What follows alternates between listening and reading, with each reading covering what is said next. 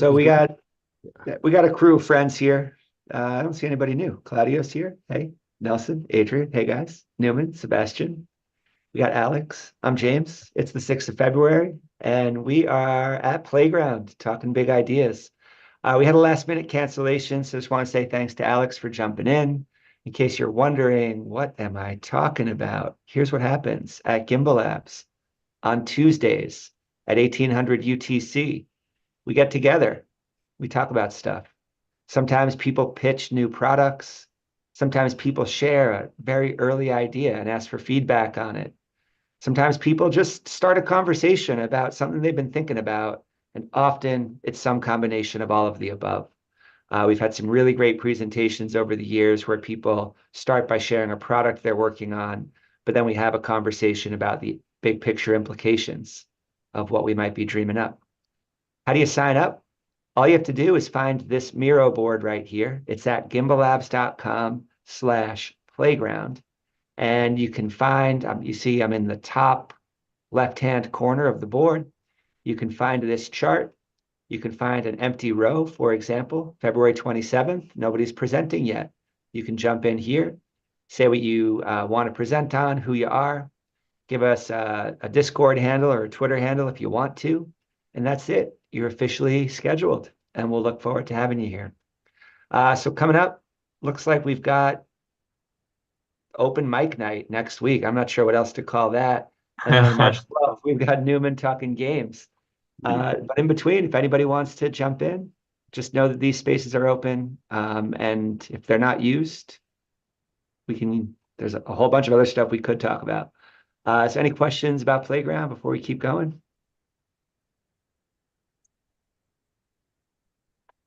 All right, we are 7 minutes ahead of schedule. Let's hand it off to the main event. Alex, we're talking business source license Yeah. today. What you got?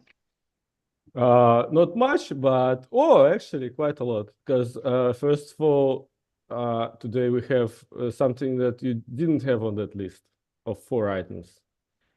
And it's actually, we are at the moment, I am wearing a lobbyist hat because I love Lobio. And I'm going to be a little bit open-minded about this meeting because I'm pretty tired and I love Gimbalabs for the atmosphere. And so, first of all, just a small update because, like, this idea that I'm going to just present to you at the moment, uh, it's something that sparks, at least me. I don't know. You have to make this distinction or decision for yourself. But for me, it was like, no, no, no, no, no, no, no, no, no. Oh yeah, you know. And actually, the second thing is that I had to present this idea to none other than open source committee, which is made up of 20. At the time of the meeting, there was 20 people there, and I think the price of an hour of this meeting is like more than I earned in my life. So I had to tell Michael Peyton Jones in the face that Cardano community at the moment feels toxic and exploitative, but at the same time, it's not only Cardano problem, but it's a problem which we inherit from open source development. And I've been reading about this since my total failure at Fund 9 and total failure at Fund, well, not total, but pretty kind of uh, stupid failure at Fund 10 when I wanted to fund the developer experience working group, but I just didn't fine print, you know. And boom, in the form, when you fill up, you have 5 milestones. You can go up to 300,000 ADA. But if you go to the challenge uh, category description, it says like, but this challenge is special. It's capped at 200. And I was like, oh, at 300, I have some to spare. 260 is good. We run a grant program. We pay people who contributed before and be awesome. And then like, oh, but that's anyway. It's but still on point because developing on Cardano is a freaking faster clock. Really, I really love what Gimbalabs is doing because when I came here 2 years ago, I was like, I had this experience many times in my life. I like to volunteer. I first volunteered in a sailing school more than 10 years ago. I just came there and said like, "Hi guys, I'm here. I want to learn sailing. What can I do for you?" And the girl at the reception, she said, just talk to the manager. And the manager brought me like to a basement where a workshop was. And he said like, here is 2 buckets of things that you need to fix. Here is the spare parts, up yours. And then I was working in the Sky School and دلوقتي أنا ممكن كلم عربي. So I learned Arabic while living here in Egypt, volunteering. So volunteering in Egypt, volunteering in Vietnam, volunteering in Brazil, Greece, everywhere, and the people were so nice every time. But in Cardano, there's one more thing, like one small detail that this is freaking internet. And if you help people in real world, they get uncomfortable and they just can't help but help you back. But internet, Cardano can soak up as much of your energy as you give it for free, you know. But then there's like constantly there's this thing. Yeah, but I hate doing nothing. Why just I come to a meeting and just sit and like listen to other people? I'm wasting my time just doing nothing. So I need to do something. And the situation is that like in Cardano, uh, the only way to do is for free because if for like as soon as I get to talk to a recruiter, they like other people told me they think my communication style is too intense and then don't like to see me anymore. Well, fuck yeah, I'm from Russia. My life is intense. Uh, I almost died several times in my life, you know, like, yeah, my life is intense, no shy about it. And you like, so yeah, but this comes back. But how do people actually build open source projects? And I think one of the things that we kind of miss at Gimbalabs, and which is implicit for people who know, but it's not obvious, it's a lot of motivation for open source contributions comes from the opportunity to build your own business out of that open source software. And this comes back to the story of Elasticsearch. A nice company, nice idea, but what happened so far as I know, like with Elasticsearch, nice idea, good features, Amazon needs search, they just started stealing features from Elasticsearch.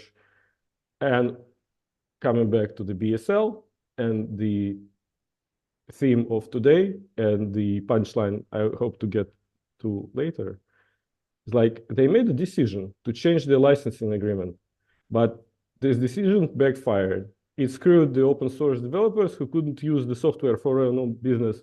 And what happened is just Amazon opened their, like they forked the project under Apache license. So the company, the guys who invented this stuff, they got screwed. The guys who contributed to this stuff got screwed. And Amazon is just like, they still rolling in money. And so one of the things that this license aims to achieve is to protect us open source developers from situations like this. And there's been more than one attempt, but as I just said, for example, attempt that Elasticsearch made, it backfired. So I have very little, yeah, HashiCorp, BSL, cool. Thanks, James. Because where was I? Okay, I loved the idea. So I first felt resistance, but then reading about just briefly, I felt intuitively that it's a good idea. But intuition isn't a kind of very reliable thing. And if I feel good about this idea, doesn't mean it's a good idea. And that's where I come to this thing about like talking in endless meetings and getting to like, how do I say, like stakeholders involved. So everyone knows about this stuff. And it's a pity that's only 7 people in this call because it concerns Martin, it concerns uh, Randall, it concerns quite a few people. who don't usually see themselves, they can see themselves as contributors to Gimbalabs, but not learners, because they know quite a lot of stuff already. And if they want to learn Cardano development, documentation is enough. They have experience with that as well. But for example, why did I withdraw my Tarek stock for the next week? For the same reason. I don't want to talk about the proposal, which I don't have guarantee for funding, because Cardano folks, like the ones who win Fund 10, who won Fund 10, if they like it, they have no obligation to me to keep me in the loop. And Emurgo doesn't have, and well, CF and IOG are kind of not into this, but they're folks as well, and they're pretty connected. So people withhold good products from Catalyst because there's no guarantee you get funding, and there's guarantee that if your idea is good, somebody else will want to replicate it because it's good. And like for me, as a person from Russia who has no idea, actually, my second higher education, which is also unfinished, is in criminal law. But in Russia, there's one thing like about the law is who cares? But I should joke about it. So people withdraw their good products from Cardano, and like ideas that have no value pretty much end up in Catalyst. And there was a lot of shit projects in Catalyst, which I was like, who the hell votes for this?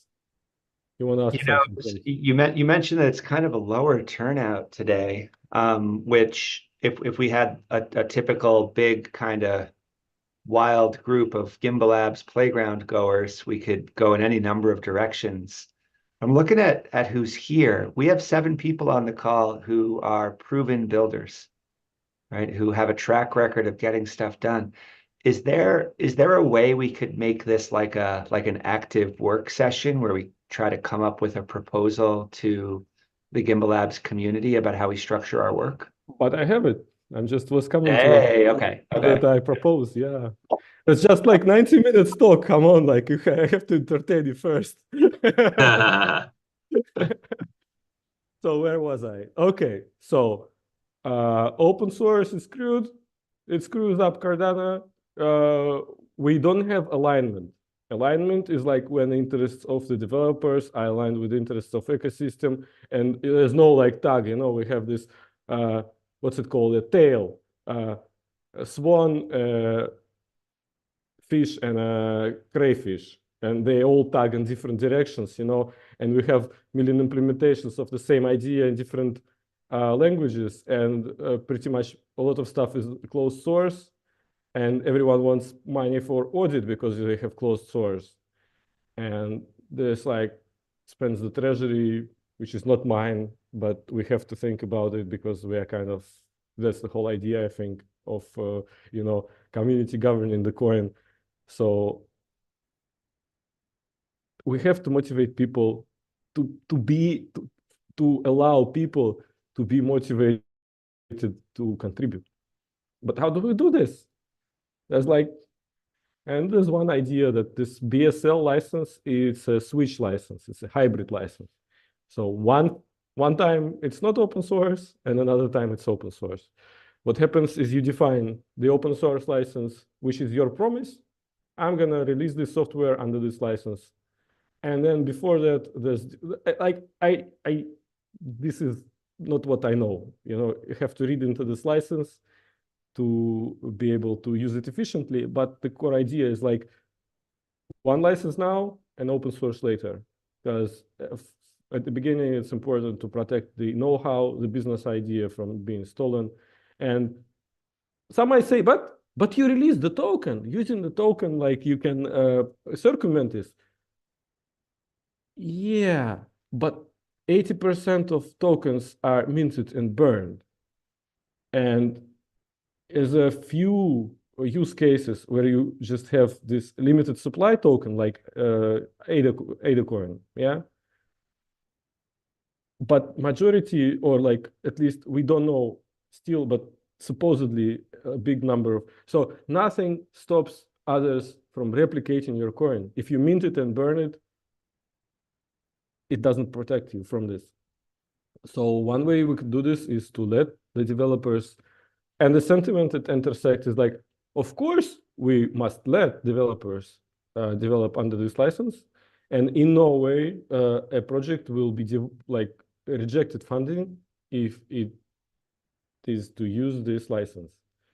However, for me, the sentiment was we should endorse this license. We should promote it to make it more widely known and to,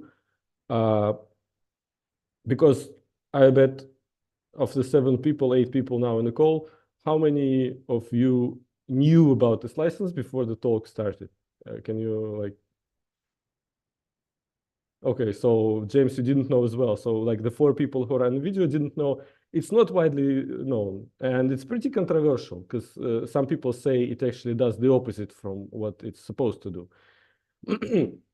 So yeah, and one action item we could follow in the following days and months is to study this idea more closely and to provide analysis, because we are a lab, Gimbalabs, and so I posted in the chat the analysis that I made using ChatGPT, and there's also the link to Intersect Discord. I think I posted you into private messages, James. So it would be awesome if we also read this discussion and found out like questions we could ask, topics we could bring, because currently the main objection is OSC open source committee said this is not our agenda. We're not opposed to this, but to support this is not our like scope. This committee, I just wrote in the chat there that like, guys, in the previous meeting, you said that if anything falls outside of any of the existing groups, this is our job. And they declared it themselves. It's in a recording somewhere. So it can be found in a recording of the meetings. So they must talk about this.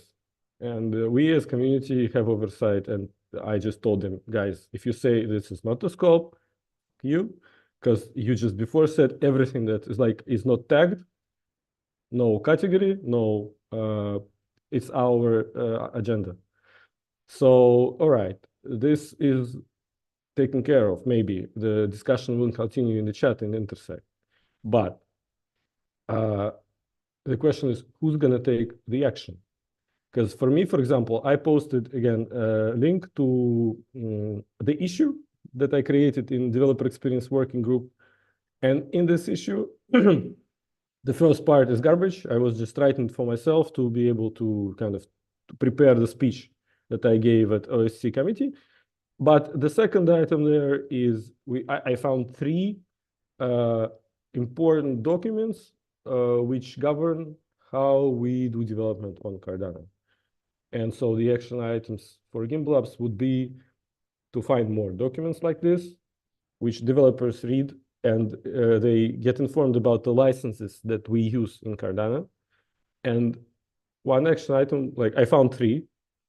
And so volunteers from Gimbalabs, if they wish so, they could put on the lobbyist hat, open pull requests to these repositories, get a good wording, and advocate for changes, for example, in these documents. This would be like we as community force Intersect to endorse this license. But again, this is my narrow viewpoint, and I would like to have first, before that, feedback, and I would very much like to hear a question which I will not be able to answer about how this license is bad for us and how it can backfire, which I could then take this Friday to the OSC and declare it, and the guys would like, wow, we didn't think about this. This is really like, this really changes things. And if we find a point like this, yeah, well, we can rest, take a break and forget about it. Maybe just people who know, maybe we change this documentation and just mention, because it doesn't say open source. it's implied like Cardano is an open source project, but this license doesn't say it's open source, but it is. It's hybrid, so it's like it's open source later. So from my point of view, it will make development on Cardano more attractive to people like, well, to people with a lot of software engineering experience and people who aim to build business to a product on Cardano, something like this. And that's like one of the most valuable people that we have because they have a lot of insights. For example, Gabri from which I met last year. He works in what's it called? Solar energy. Yeah. And the product that he proposed, or like I just made some crazy stuff up with the chat GPT, put it on Medium, and I said like, let's make a crypto solar network, so for energy production, DAO for energy production. And he said, yeah, I actually work in this industry. It's a pretty interesting idea, but it's just, I don't know how to make this work. Can you like describe how to make this work? And I said, oh no, I don't know. And maybe if he had a clearer view, for example, on the protection, which like he could have from legal perspective on this license, maybe he would be more involved and contribute more and be more interested, and many other people as well. So by this moment, I'm pretty tired of talking, and I'm gonna just shut up and like open the discussion.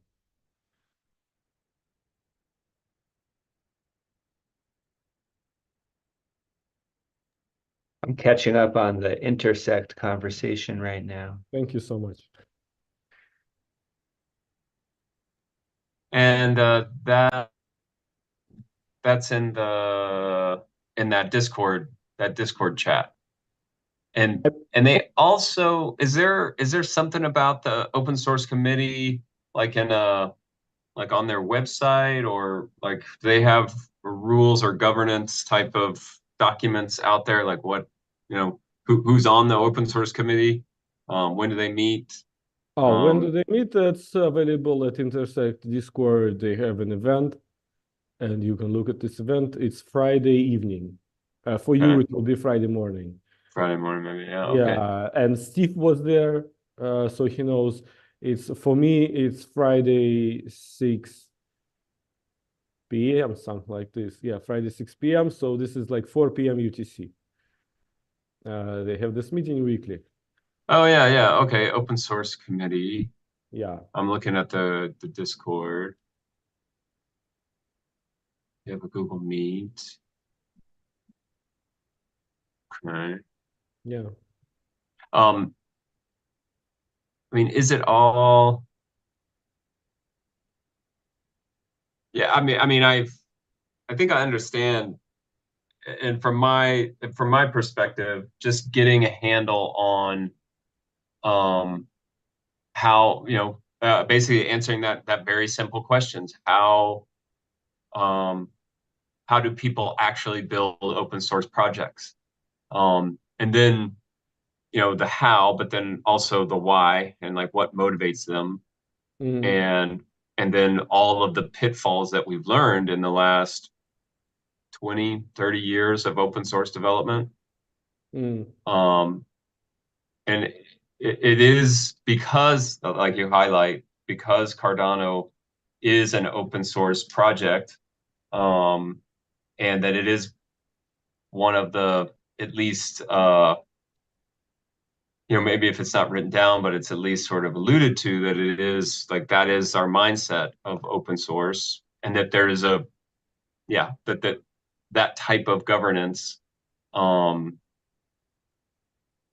openness, transparency, uh, uh, kind of set, rule of law, for lack of better, that we set rules and we follow them, and then when we can't follow them, we change the rules, as opposed to just not following the rules. So I'm kind of curious to follow this thread. Do you have a recording or notes on that presentation you gave? Because you had said these three. Yeah. Yeah, I will find it just at the moment. So where is, yeah, okay. So And this, then I'm also kind of curious, like what others sort of immediate sort of response about, what Alex just said, or this new um, business license, no BSL, business source license. Um, like what are your initial reactions?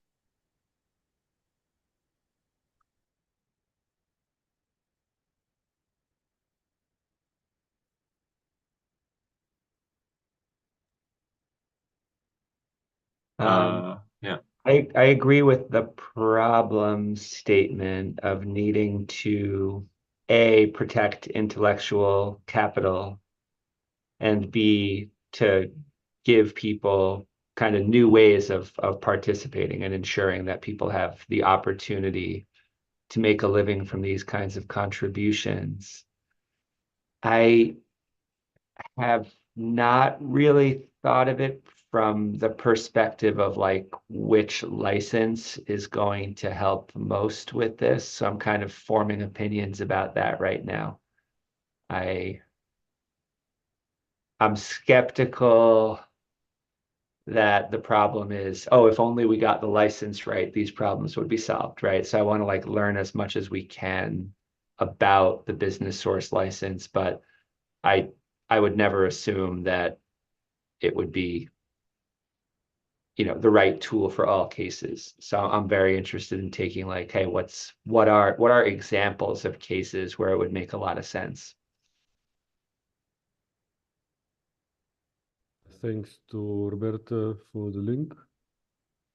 I saved it because it's like pretty late right now. I'm gonna read it next day.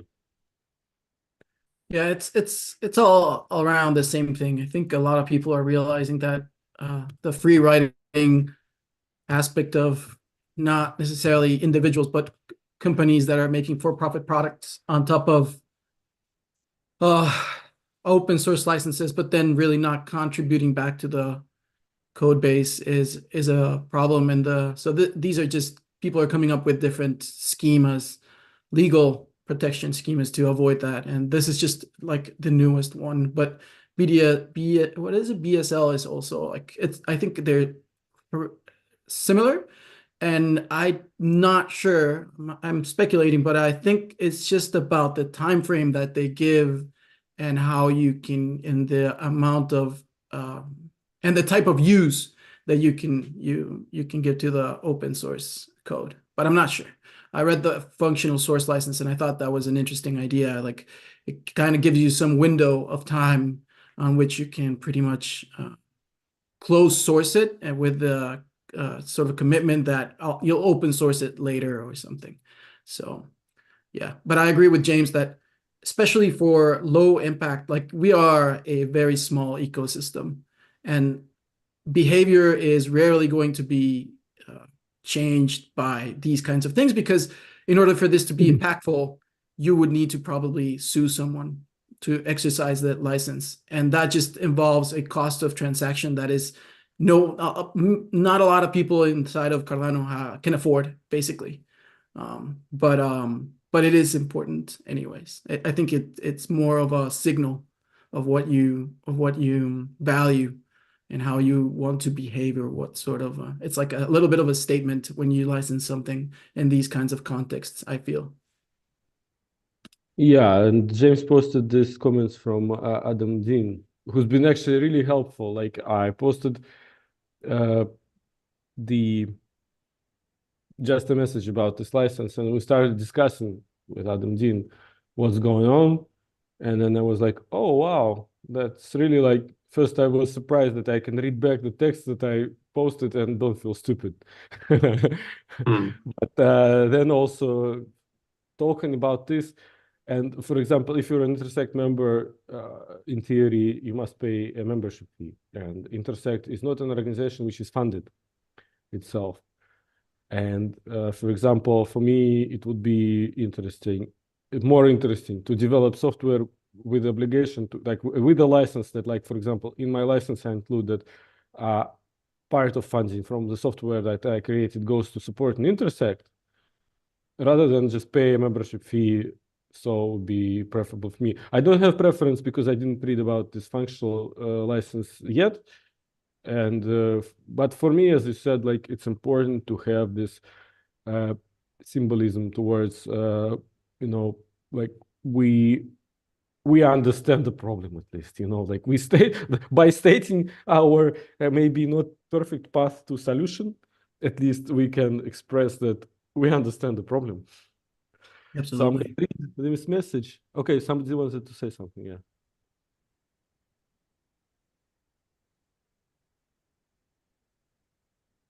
No hands up, okay. Thank you. In my head, I keep thinking about these grants in a few categories. A contract to deliver a specific feature or functionality of critical infrastructure. Open source. Well, fair enough. A grant or contract to provide maintenance and support. This could be either open source or source available repos. Sponsorship, whenever by purchasing BC license, Git has sponsorship, but to allow open source available project to run, to build and iterate on a package that intersect is valuable to the ecosystem. Yeah, number 3 seems to be a fair use case, right? Intersect supports this. The ecosystem benefits because you benefit the ecosystem, the token velocity increases, demand for token increases, we all benefit. And so we don't need to specifically have license to benefit Cardano overall. But protecting developers' interests is important. But still, it's very political, because as I said, I wear a lobbyist hat, and I think a lobbyist is somebody who's like, I may not care about this idea, but just the experience of caring about the idea and getting inspired is valuable to me. So I just go and advocate, because I like to talk. And yeah, so that's a good point that Adam is bringing. But the thing is interesting, like Adam also expressed support to this license. We discussed this license as well in the Russian community, and I get 16 likes in Telegram, which is more than I have seen in 2 years for any post. Pretty controversial idea, yeah. Well, so when I think about lobbyists always carry around in their pocket their list of talking points. So, right, you're developing that set of talking points right now. I think a lot of them are really well refined, and we can keep going. What I like about Adam's comment here is, to me, it's a helpful framework for thinking about, the conditions of funding that an MBO like Intersect might one day be able to give out, right? It's not there yet. It needs to stand up on its own. It needs to figure out kind of that longer term sustainable funding mechanism. And it's not going to get there just by allowing members like us to jump in and argue in Discord. But supposing that this future does come, yeah, contracts for critical infrastructure, which would be open source, right? Maintenance contracts, and then sponsorships. And what I like here that helps me imagine a use case of that BSL license is, yeah, could any sort of community-based entity, business or otherwise, obviously the word business is in BSL, but can Intersect be the customer of a BSL license? Could Gimbalabs pay a BSL licensing fee for different sorts of tooling from collaborators and friends and eventually a network? And is there something we could show there? I think that's really interesting. And then beyond these 3, are there other categories for anybody here that would help you flesh out your mental model of what we're talking about? I have no idea how much I'm enjoying this sort of problem, because we are basically running up with the same problem that any state has, and this is ideological. We're going to have to come up with taxes to pay for public goods, because we realize that there is some infrastructure that needs to be open and free. We're talking about business license and IP, but in reality, we're really talking about things that the protocol just kind of needs. We need some stuff to be available to the community, but we also need people to be able to profit from what they do. And we're coming up, we're in theory, we're supposed to be eventually drafting a constitution. And I think a lot of those topics will need to be addressed. Like, states normally assign a certain percentage of their budget, which would be the treasury, to certain things that they consider are valuable to any given society. So we could think of the same thing as the Cardano protocol. What is valuable to be available to everyone? So for example, you would assign a percentage of the treasury to education. And then who gets that percentage? Who is available? Who gets to decide who gets that percentage? It's going to be horrible. And it's a political exercise, right? It's going to require people to have political conversations and dialogue. It's going to be about influence. It's going to be, and Charles kind of addresses this without saying it. It's like, you need these think tanks because you're going to have institutions. And we have institutions because we are not apparently, or we seem to be not capable of having these conversations one-on-one, or even in a group setting. Like I can see in IOG or even in Intersect, we have an unbelievably hard time coming up with agreements. And this is why I think that I like the Charles, and I'm not at all saying that Charles is right about a lot of things, but he does mention a lot the consensus and consent decision making. And I've been reading this book, The Dawn of Humanity. James read it, and I kind of think one of the things that they say is our brain hasn't evolved at all since the Homo sapiens. We are basically the same things. And the only difference is that before, people used to experiment a lot with how they organize politically, socially, that these kinds of dynamics that happened. And one of them, tribal, indigenous, was very much consent-based, very much no hierarchies, no authorities. People voluntarily submitted to certain rules because it made sense, because it was convenient, whatever. We can think about the nature of human beings, blah, blah, blah. We are being forced to have that conversation again. This is basically what's happening. We are thinking in terms of licensing, but really we're setting rules, we're setting priorities, we're doing all these types of things. But in the end, this is what's going to happen. We are going to come up with certain institutions that are going to have certain budgets. We're going to have to tax the activity that happens in the Cardano protocol. And it's going to end up being some things get funded pretty much through whatever Intersect collects. From what? From, I imagine, the treasury. I don't even know. Like, I don't understand the protocol at that technical level. But I think the dynamic is pretty much the same thing, right? We need to figure out what is important to be available to everyone, and what is a public domain and what is a private domain. That's pretty much it. And there is a whole spectrum of ideas, from libertarian to communist, that you can pick and choose. And I know that crypto is very libertarian, and people at Austrian economic school of thought, and you have hit misses and Hayek and all these kinds of, but this is just, to me, it's just, it's delicious because it's political thinking, and we're not used to being political, and it's not necessarily a bad thing. And we're going to have to learn to dialogue in a way that makes sense, that is logical. And this is why I think the process of consent decision making is so cool, because you do a proposition and you find objections, and those objections need to qualify as objections, which means they need to make sense, logical sense.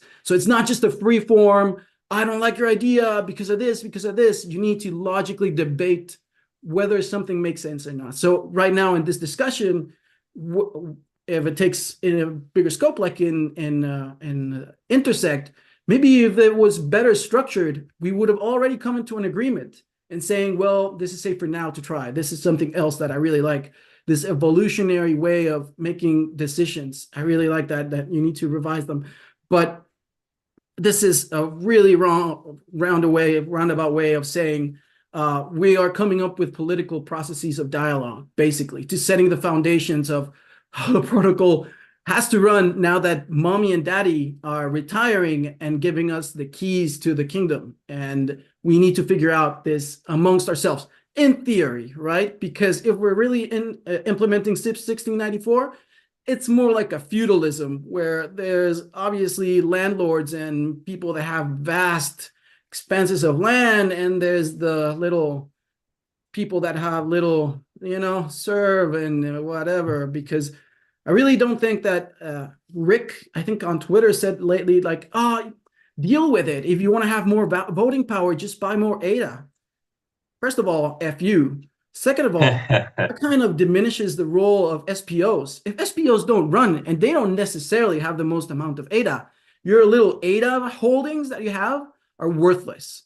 So it's kind of a really simplistic way of thinking about it. But I love this. I love this. This, to me, is something that's going to be really useful, at the very least, as to us as a community, to understand that these things can happen. This is what initially really caught my attention about blockchain is this is going to happen at a massive scale in little groups. People are going to have to start realizing how politics work, how state power works, how you public goods and private areas and whatever. Anyways, I don't want to, it's too much talking, but I was saying that this is just music to my ears. I absolutely love this. So yeah. It's just coming back, like in the beginning, we talked about the Builder Fest and K-Tours, and James asked if you're going, and the response from K-Tours was, your theme seems too political. And my response was, I was just reading a paper about money, and it's called Ontology of Money, or something about money, yes. And the paper says, money is preeminently a political category. You cannot be in crypto and don't be political, because money and politics is one thing. Like the whole freaking thing about politics in the United States is about how much in debt we are and who's getting the money, right? They debate, do we raise the debt limit? And then they debate the year budget most of the time. So yeah, I mean, I support you on this. That's why, although initially I said I hate politics and I'm not gonna engage with politics at all, then thanks to Matthias Sieber, if he's watching this recording, which I'm sure he doesn't, for saying people want good governance, but few people want to participate in governments, and that's a problem. And yeah, so in Cardano, okay. yeah. But so sorry to interrupt. So this is where we have to distinguish between governance and politics, Okay. right? So governance is making decisions that work by whatever metrics we say we're, and it is a governance decision to define those in the first place. And politics is the art of gaining influence in that decision-making power, right? So we do need to distinguish between those. It's possible to gain influence without appearing political to those parties who might otherwise express an allergy to overly political exercises. And I think anybody who might, like we're saying here, say, hey, we got to embrace the politics, I would say, sure, okay. And those who might want to limit the quote unquote politics do come by that honestly. I think I disagree a little bit about that. I think politics is the discussion of the management of power to decide. And that is an inherent element around governance, because governance is how you exercise that power of decision. Ideally, whatever, you can choose democratically, you can choose through a monarchy, you can choose by totalitarianism, but it is a political exercise. It doesn't have to be you don't have to be a demagogue, you don't have to be a populist. you can have exercises of political exercises that are centered around logical reasoning. That is, I think, the word politics sounds so horrible nowadays because every politician in the world is corrupt. I think that's kind of it. The problem with politics nowadays is that it is intrinsically associated with corruption. That doesn't mean that it needs to be a corrupt exercise. I think it just means that we need to learn to have conversations like whatever, like Aristotelian or Socratic method, where you say something and I debate what you're saying. Exactly, get logic. It needs to, just the way that programmers learn to think about problems logically, the same. And this is what's beautiful about people that are very inherently technical coming into this arena that they probably never wanted to think about. It's because you're going to have to apply the same pattern of thought to these ideas. This is the only way that you can really dispassionately discuss things that are deep, that are going to affect you personally. You will need to sort of think about them in the most rational, logical way possible. And this is supposedly the exercises that Rousseau and Hobbes and all these idiots that created constitutionalism and what's Rousseau, the social contract, But and again, this is just because I've been reading this book, which is I am loving it because I've always had the sort of suspicion that we basically annihilated different ways of thinking about how to build societies when the conquering of the Americas happened or whatever. There's a lot of wisdom there that we just kind of lost. Same with Aboriginal tribal communities in Australia and all over the world. And it was this exercise of communal politics and being around and being part of a community and self-regulating. There's this really cool podcast called Philosophize This.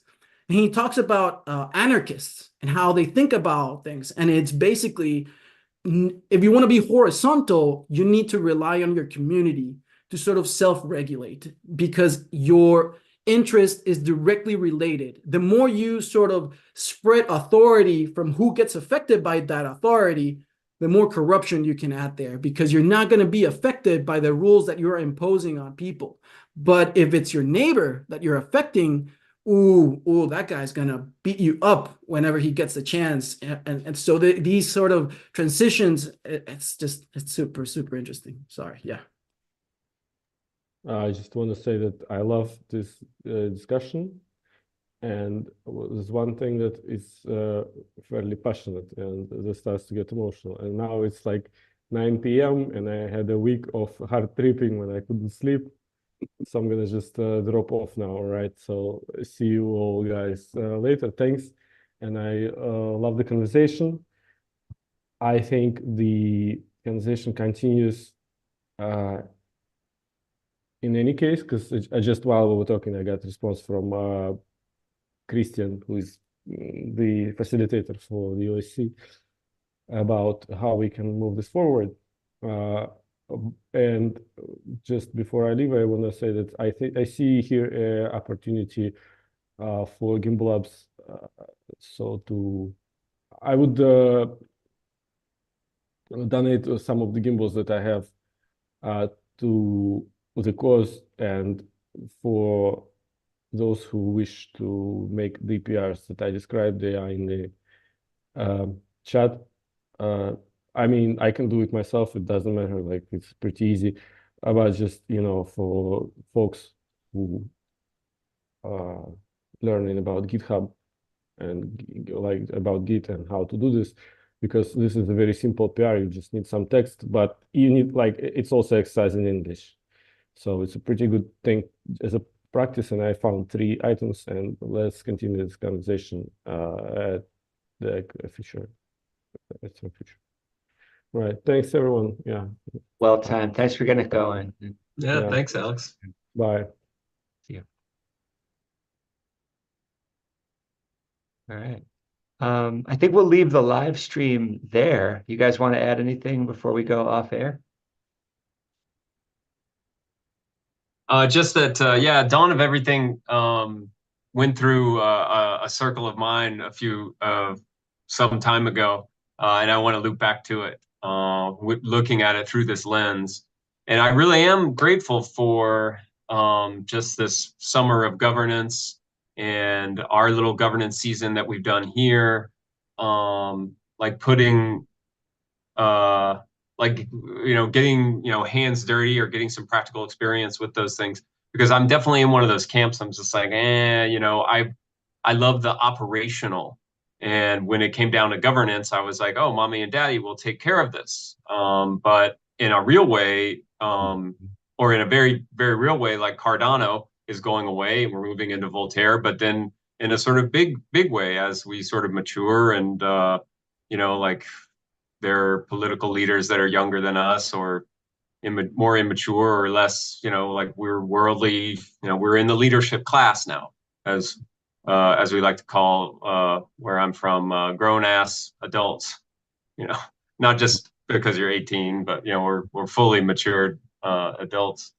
So with that in mind, I think that the open source movement and very real practical ways of navigating in this landscape is also another real use case for governance and politics and a reason to have like very specific language.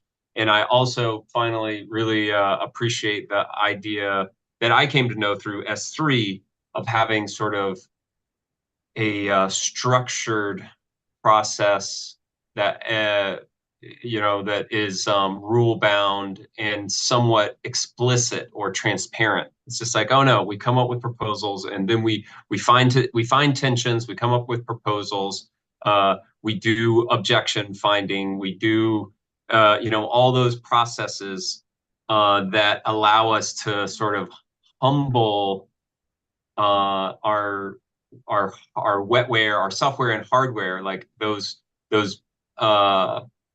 non-evolved, like we know that in groups we sort of devolve and that politics and mass movements can prey on those things, like just repeating a statement.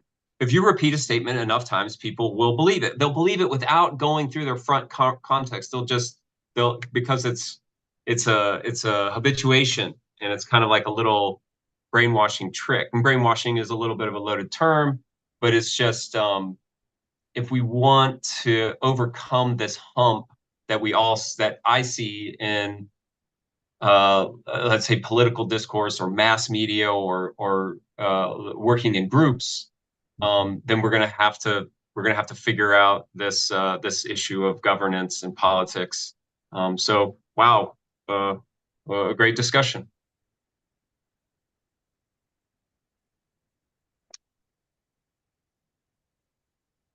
Berto, how about you? I'm just along for the ride, and every time you let me speak, I'm gonna talk without stopping. So you better learn to shut me up.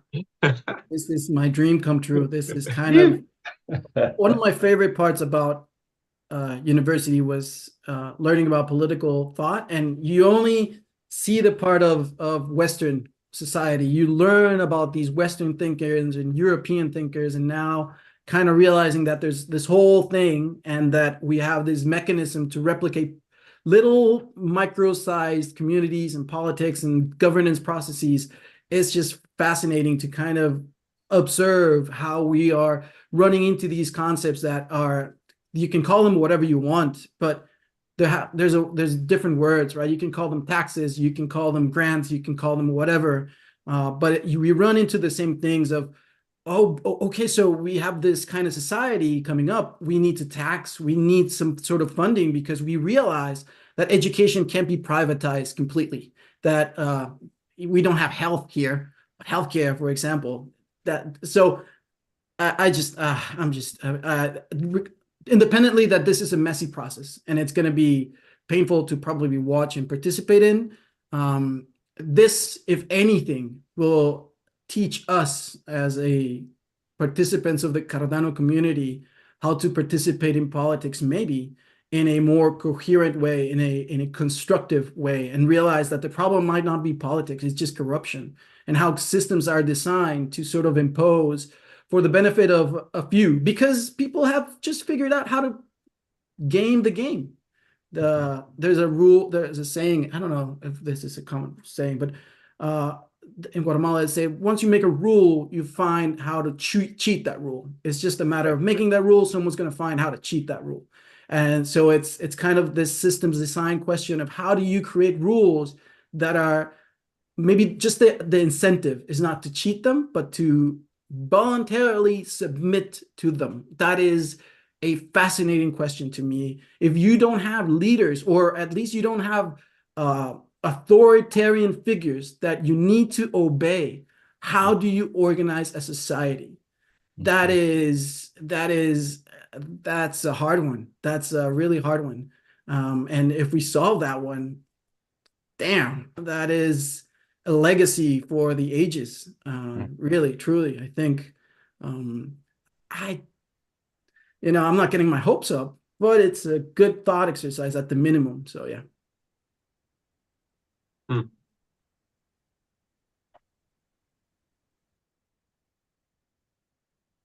Smart contracts are built to protect against the worst behavior possible. What happens if you're successful and people are voluntarily onboarding to different ways of governing and building together if we no longer need the smart contracts to force people into behaviors? That becomes really interesting, right? What's the role of a smart contract is now just to be that protective layer so that people can trust enough to participate. And that's a different demand than just building systems, I don't know, than thinking of smart contracts as needing to be for everybody all the time. Scaffolding, right? Yeah, it's a great idea. Yeah, and that this sort of transitional moment, possibly sort of rediscovering our, the wisdom that was there before. Right, always. Like it's one of the rubs. You're just like, oh, we've been here before, man. We gotta loop back. That's why I want to document. It's one of the things about documenting. I was just like, didn't we deal with this before? Or, yeah. I feel like we learn these lessons and then just don't learn them well enough, or teach it enough to where like people, it just kind of bubbles back up right now. I hate to keep coming back to it, but we're dealing with fascism. And it's just like, yeah, we didn't really learn it. We were like, oh, we just have to watch out for reading in a book is not the same as experiential learning. Exactly. Right? Exactly. It bubbles up every how many years because people need to learn it over again. And that sort of thing is just like, oh, it's sort of like with aging, and I'm just like, oh, I felt like I would always have my balance. Like I was like, oh, my balance is great. And you would lean on, you're like, oh, or my vision. I was like, I can see so far off. And now it's like you can barely see what's coming up, and you're like, oh shit, I didn't know. And then you're involved with it, and it kind of sneaks up on you. So with all of that in mind, I do think that like those things sort of towards like forgiveness and the sort of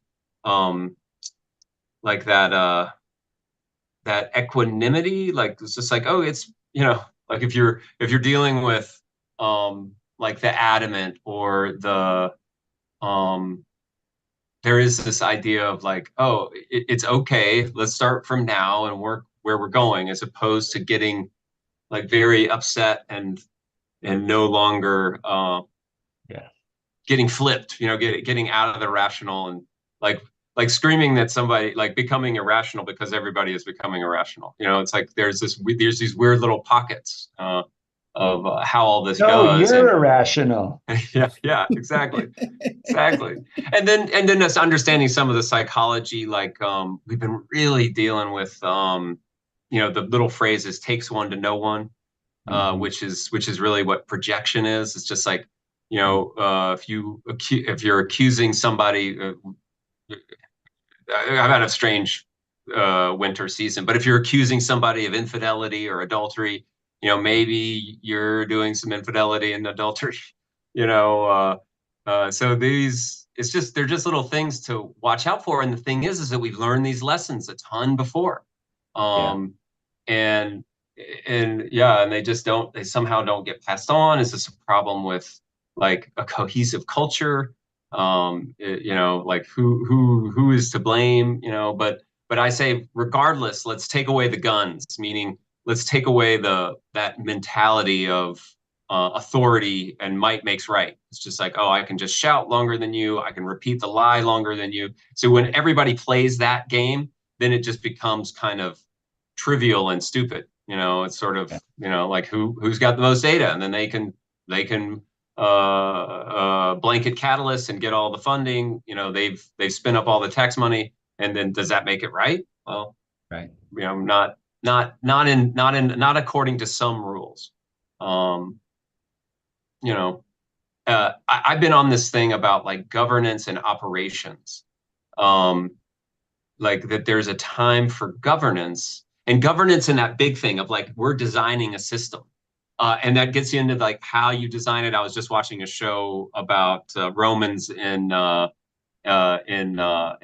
British Isles, 445 AD or whatever, and or CE, Common Era. But they show some wagon roads.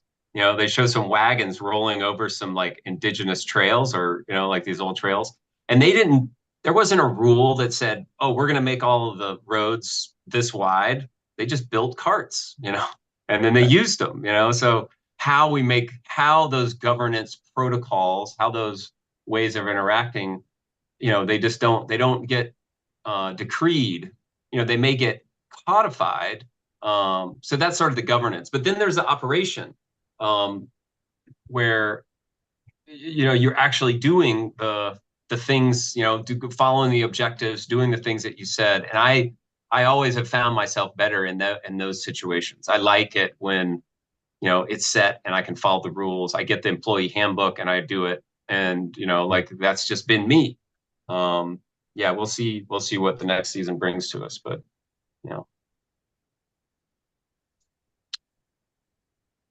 I love how we picked up this thread today. Yeah. Well, thanks, guys. Good times. Thank you. All right. Well, we will be back together for a governance session, breakout spaces tomorrow, Discord redesign, etc. Yeah. See you there. All right.